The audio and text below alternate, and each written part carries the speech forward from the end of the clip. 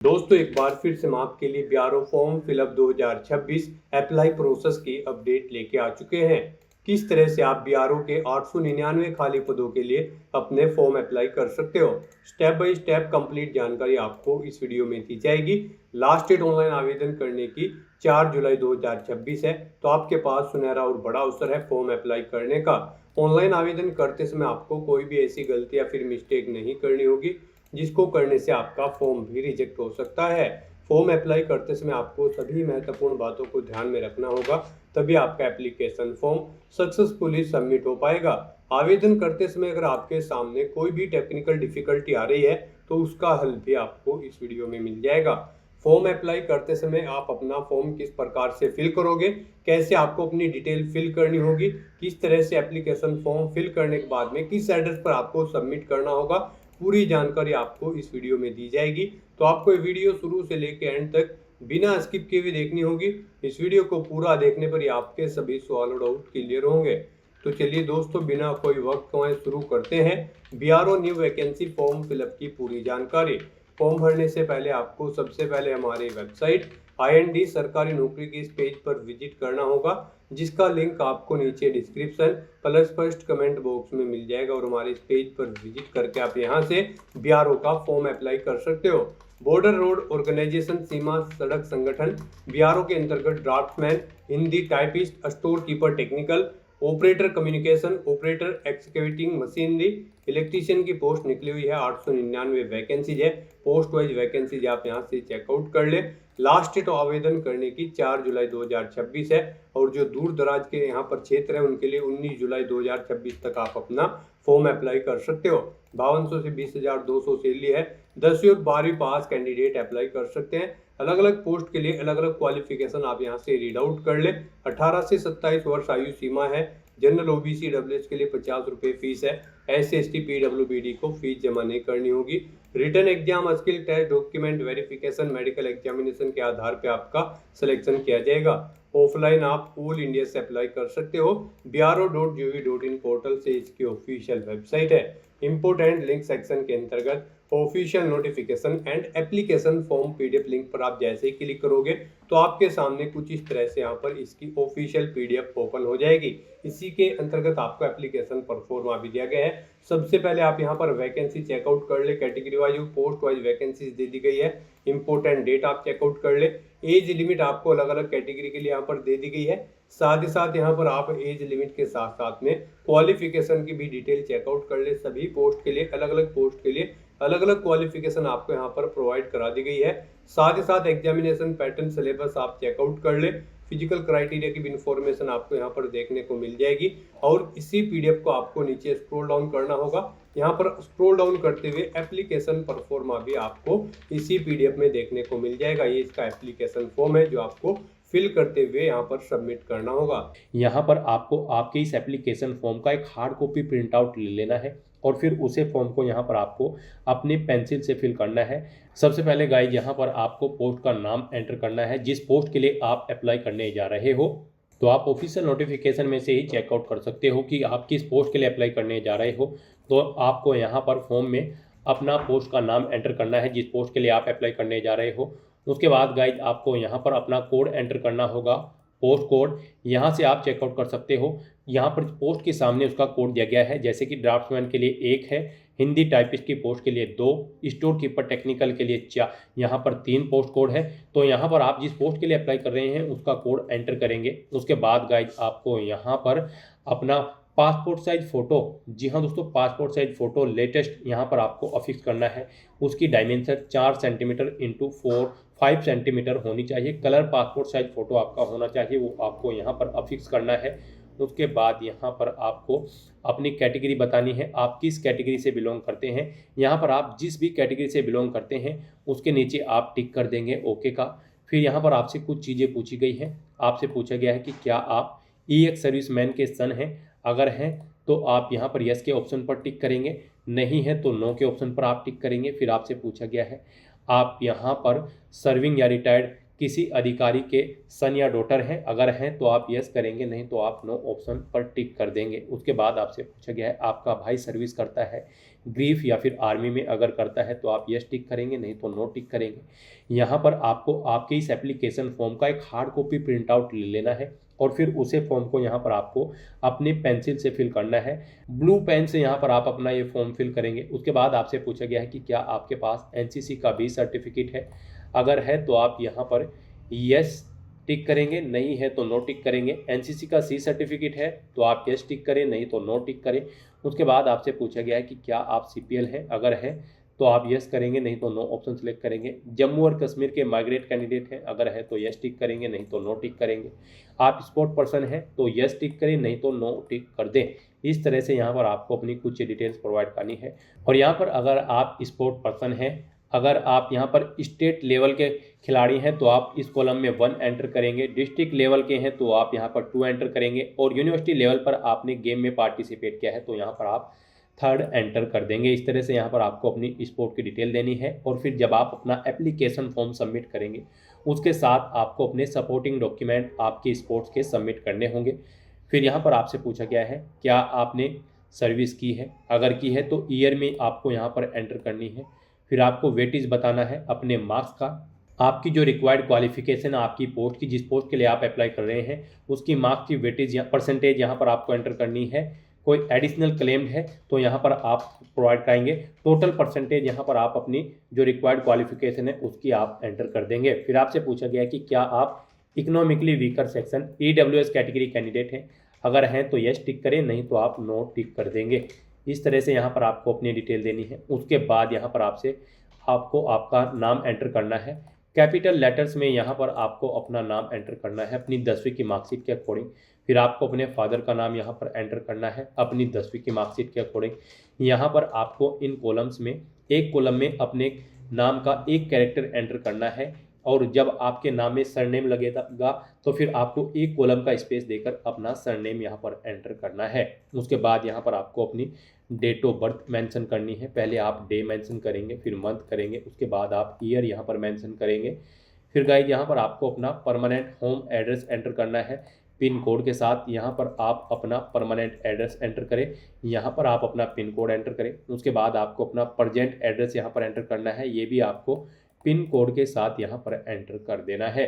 उसके बाद गाइज आपको यहाँ पर एप्लीकेशन फ़ीस की डिटेल प्रोवाइड करनी है। गाइज यहाँ पर अगर आपको फ़ीस जमा करानी है, जैसे कि आप जानते हैं जनरल, ओबीसी और ईडब्ल्यूएस कैंडिडेट के लिए 50 रुपये फ़ीस है। एससी, एसटी, पीडब्ल्यूबीडी कैंडिडेट के लिए कोई फ़ीस नहीं है।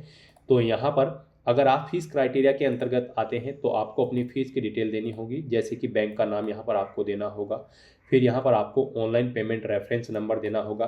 फीस पेमेंट के बाद आपको एक रेफरेंस नंबर मिलेगा, वो यहाँ पर आपको एंटर करना होगा। ट्रांजैक्शन डेट देनी होगी, किस डेट को आपने फ़ीस पेमेंट किया है।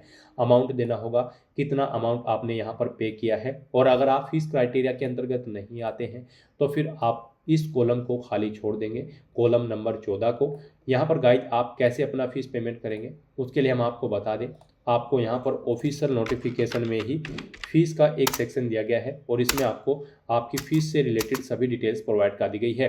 यहाँ पर गाइड हम आपको बता दें, कैंडिडेट को ये लिंक दिया गया है, इस लिंक पर क्लिक करते हुए आप ऑनलाइन अपना फ़ीस पेमेंट करेंगे।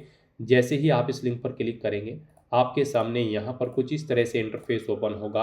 अब यहाँ पर आपको अपनी पेमेंट डिटेल एंटर करनी है। आपको सबसे पहले यहाँ पर पेमेंट कैटेगरी देखने को मिलेगी, रिक्रूटमेंट फ़ीस। फिर यहाँ पर आपको अपना नाम एंटर करना है, अपने फादर का नाम एंटर करना है, अपनी नेशनैलिटी यहाँ पर आपको एंटर करनी है।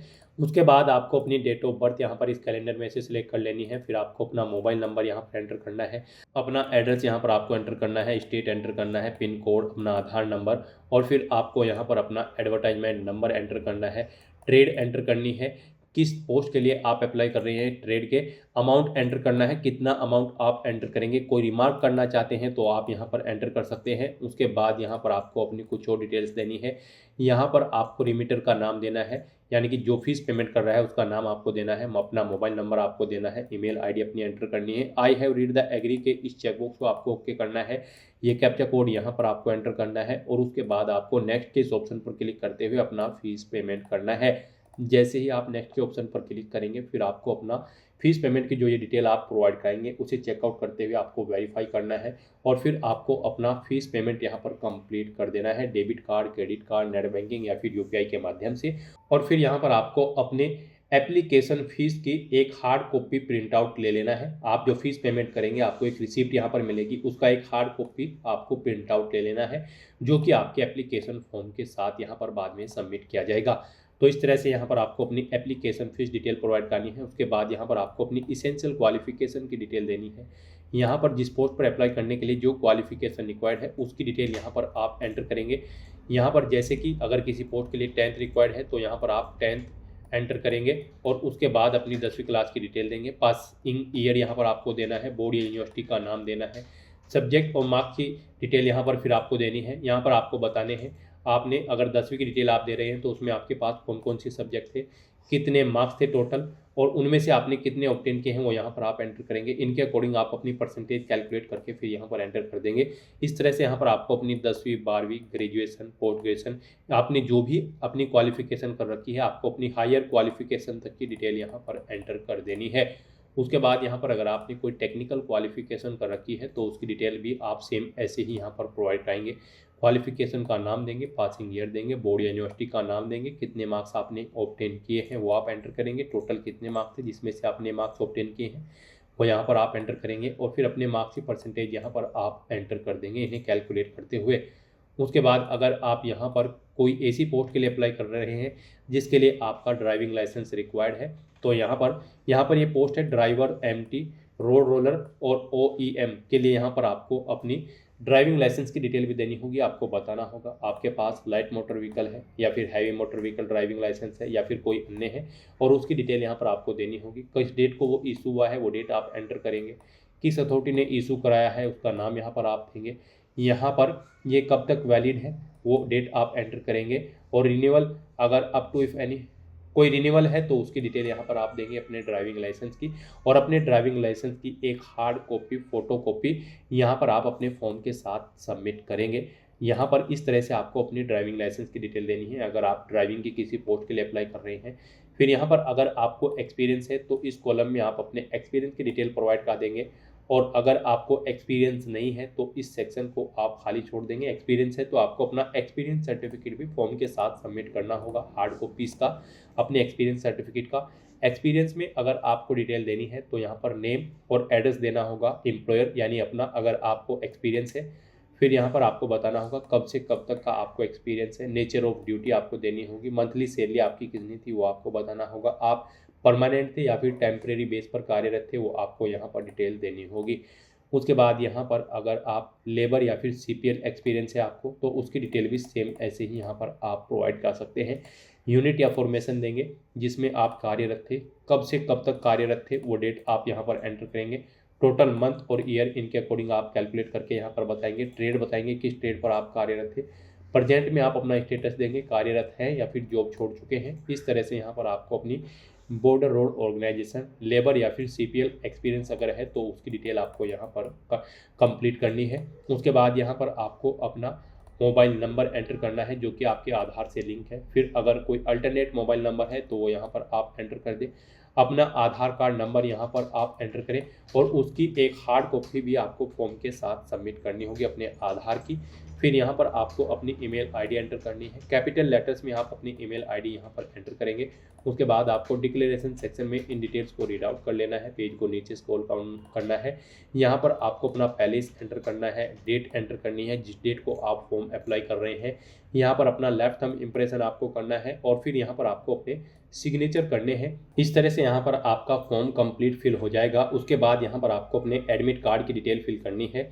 यहाँ पर ये ऑफिस यूज के लिए है, इसमें आपको कुछ भी नहीं छेड़ना है। फिर यहाँ पर आपको अपना एक पासपोर्ट साइज फ़ोटो अफिक्स करना है, 4 सेंटीमीटर इंटू 5 सेंटीमीटर का लेटेस्ट पासपोर्ट साइज फ़ोटो यहाँ पर आपको अपना अफिक्स करना है और उस पर क्रॉस सिग्नेचर यहाँ पर आपको कर देने हैं। उसके बाद गाइड यहाँ पर आपको अपनी बेसिक डिटेल्स देनी है। यहाँ पर आपको अपना नाम एंटर करना है, अपने फादर का नाम, हाउस का नंबर यहाँ पर आपको अपना देना है, अपना विलेज, पोस्ट ऑफिस, तहसील, डिस्ट्रिक्ट, स्टेट, पिन कोड यहाँ पर आपको राइट करने हैं, यानी कि एंटर करने हैं। उसके बाद यहाँ पर आपको अपना आधार नंबर एंटर करना है, अपना कॉन्टैक्ट नंबर, और यहाँ पर आपको अपने सिग्नेचर करने हैं। लेफ्ट थंब इम्प्रेशन यहाँ पर आपको अपना करना है। पोस्ट का नाम देना है जिस पोस्ट के लिए आप अप्लाई कर रहे हैं। ये डिटेल भी आपको अपनी एडमिट कार्ड की यहाँ पर फिल करनी है और फिर यहाँ पर आपको अपना फॉर्म सबमिट कर देना है। फॉर्म सबमिट आपको हमने बताया है स्टार्टिंग में ही किस एड्रेस पर आपको सबमिट करना है।